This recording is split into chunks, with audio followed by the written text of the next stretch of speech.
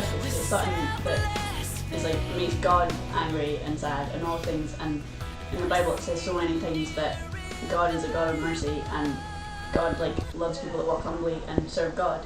And I think that that's really key in like our Christian walk and like looking at people around the world and thinking that that's not how God wants it to be, so it should be different. Because God kind of hurts for these people and God cares for these people, He wants us as well, and that's kind of part of our witness on earth. We have to care for others.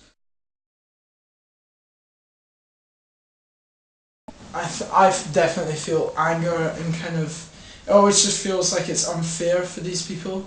I think an initial reaction is definitely like anger, but also hurt as well, because I just don't understand how it's fair that certain people should go through and be in those circumstances and we're not, and I think it definitely makes me feel upset and angry.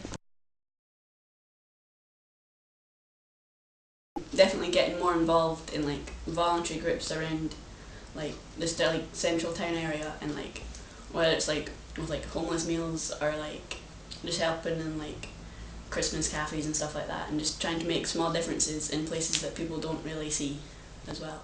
First of all, that awareness is really important, and making people aware of the injustice and the issues that are surrounding us in our own communities, and then setting up groups. I think that mission groups are really helpful as well, and even just in small groups at church, if we're praying and making sure we're involved in things like small missions, supporting people who are on mission, and perhaps things like the homeless meals can really help us to be used. And you start praying for large issues around you and you focus on certain things, then something can really come out of that. But as well as that, it's also just like small kind of acts of kindness that can also make the difference. And there's also awareness as well, telling other people about kind of how you feel about your town and how you want to change things.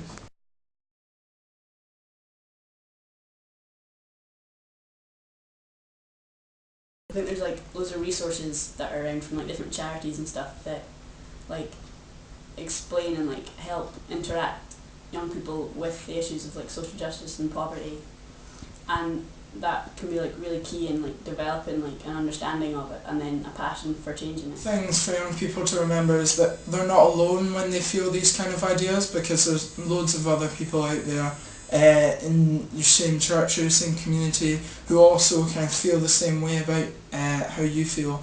And so you should start maybe like prayer groups, things like that, and websites as well. Tearfund, other organisations, they give brilliant advice on how to start up, how to make a difference, how to make an impact on justice, and from small things like that it can grow, and then you can really be a part of fighting injustice.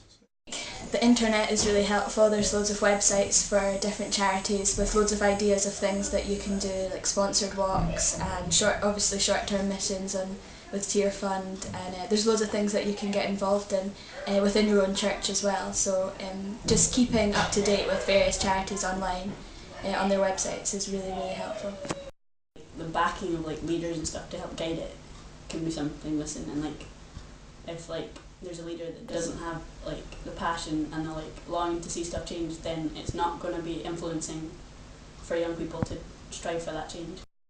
I definitely think that God's really like placed a calling on my life to helping maybe overseas and to help in these communities where they don't have like resources or like even like simple things like fresh water and stuff like that. So I think that's definitely somewhere that I could probably be in future and like helping in those situations.